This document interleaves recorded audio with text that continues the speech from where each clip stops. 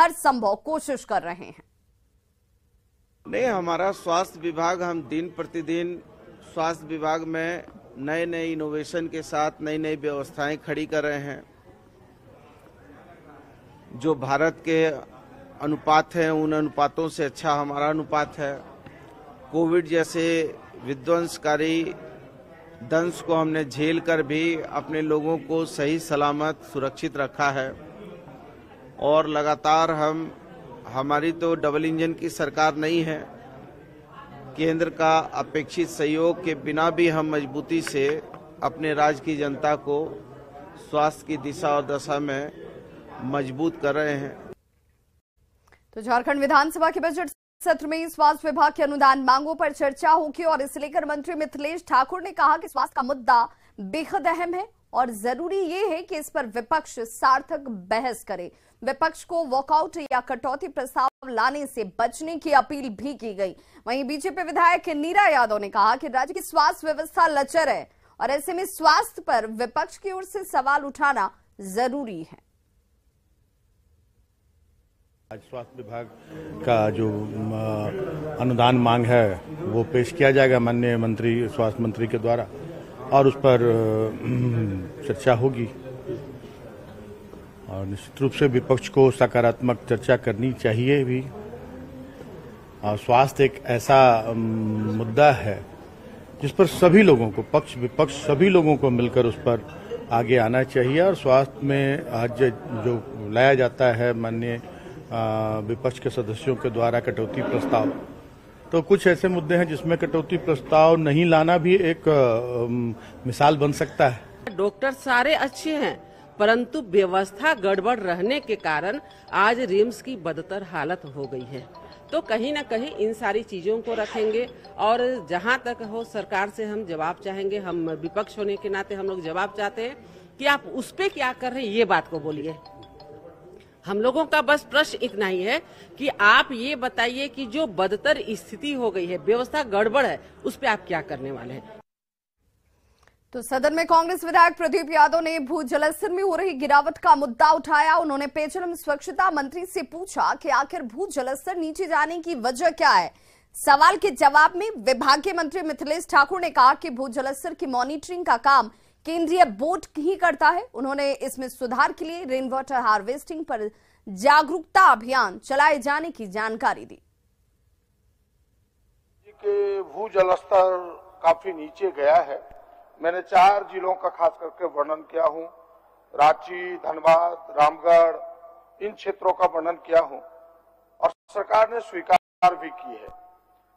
तो मैं सरकार से केवल पहले ये जानना चाहता हूं कि आपने यदि स्वीकारा है तो क्या सरकार के पास कोई विस्तृत रिपोर्ट है कि किन कारणों से भूजल स्तर नीचे गया, उसके क्या कारण है। समय समय पर जन जागरूकता अभियान भी चलाया जाता है। अभी हमारा जो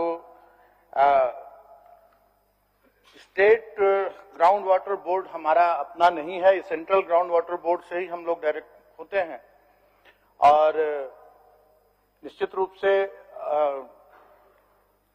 अनियमितता बरती गई और भूगर्भ जल का दोहन हुआ है बहुत तेजी से, लेकिन सरकार इस पर चिंतित है। अब रेन वाटर हार्वेस्टिंग के लिए अब सरकार बहुत उपाय कर रही है। अभी 178 पिछले वित्तीय वर्ष में 71 हम लोगों ने रेन वाटर हार्वेस्टिंग का ये लागू किया है। उसमें सरकारी, गैर सरकारी और जो आवासीय भवन है उस पर।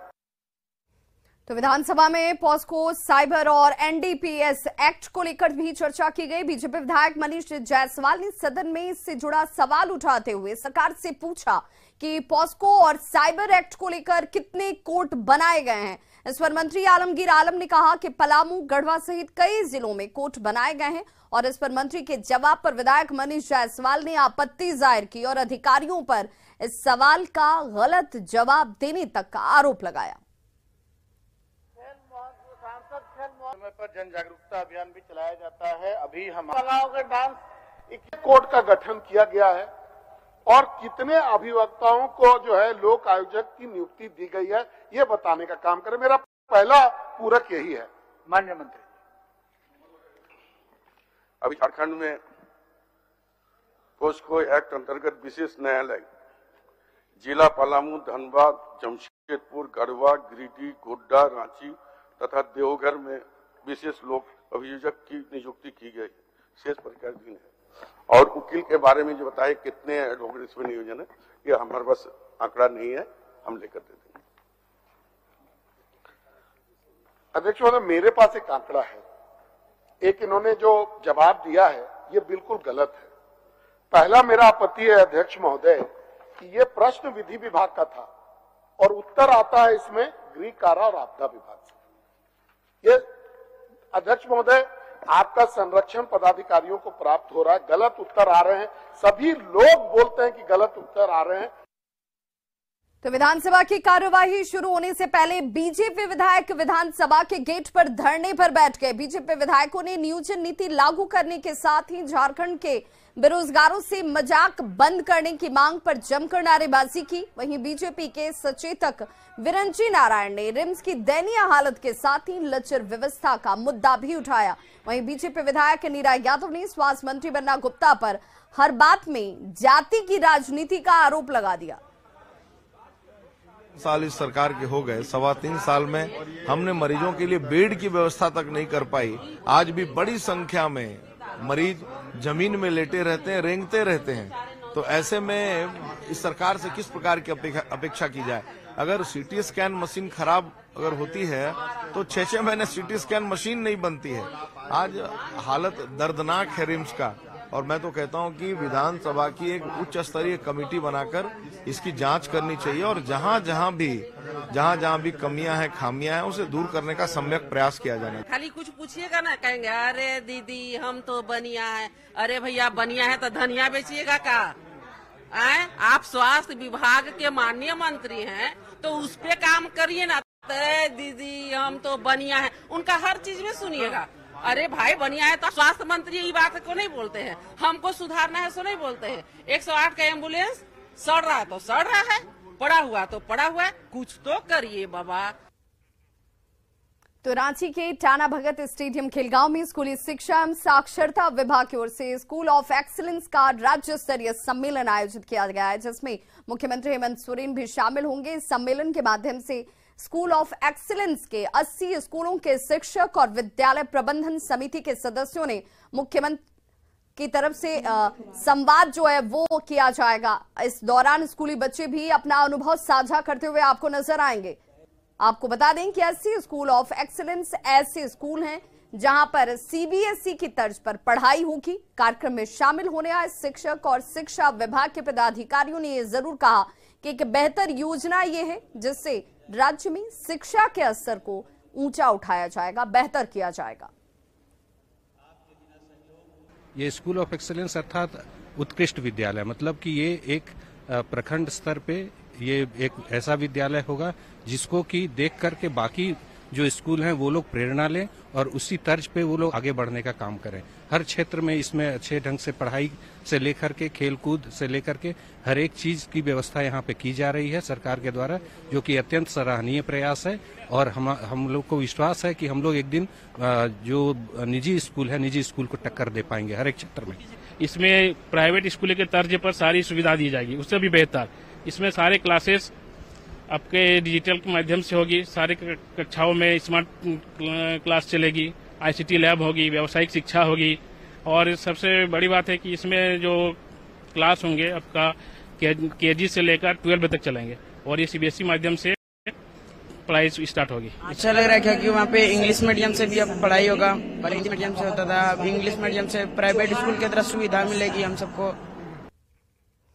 गुमला में चैनपुर प्रखंड मुख्यालय के शंख नदी, सफी नदी से बड़े पैमाने पर बालू का अवैध खनन जारी है। इस कारोबार में कई लोग शामिल हैं, लेकिन इसके बावजूद प्रशासन की तरफ से कार्रवाई नहीं की जा रही। दिन के उजाले की तस्वीर आपके सामने है, जहां पर शंख नदी, सफी नदी में ट्रैक्टर के जरिए धड़ल्ले से देखिए बालू का उठाव किया जा रहा है और उसे चैनपुर भेजा जाता है, जिसका इस्तेमाल निर्माण कार्यों में हो रहा है। दरअसल अभी तक चैनपुर प्रखंड में नदी की बंदोबस्ती ही नहीं की गई। प्रक्रिया पूरी हुए बिना ही अवैध उत्खनन कैसे हो रहा है, उसकी एक बानगी इन तस्वीरों के जरिए आपके सामने है। बालू के अवैध खनन में शामिल लोग एक तरफ जहां मालामाल हो रहे हैं, वहीं सरकार को राजस्व का लाखों का नुकसान उठाना हो रहा है और अवैध दोहन से नदियां समय से पहले ही सूख रही हैं। खबर लातेहार से, जहां बालूमाथ थाना क्षेत्र में इन दिनों चोरी की घटनाएं काफी बढ़ चुकी हैं और चोरों ने बालूमाथ मुरपा मार्ग मरमघाट हनुमान मंदिर का ताला तोड़कर हजारों की संपत्ति पर हाथ साफ कर लिया। इस दौरान मंदिर परिसर में टंगी करीब 10 किलोग्राम वजनी पीतल की घंटी हो, बाल्टी हो, झाल, दान की पेटी के साथ प्रसाद भी इन चोरों ने चोरी कर ली और चोरी किए गए सामानों की कुल कीमत जो है वो तकरीबन 50,000 रुपए के आसपास आंकी जा रही है। इससे 2 दिन पहले नागड़ा ग्राम के शिव मंदिर में भी चोरी की घटनाएं हुई। लगातार हो रही चोरी की इन घटनाओं से लोगों में नाराजगी भी है, गुस्सा भी है और दहशत का माहौल भी।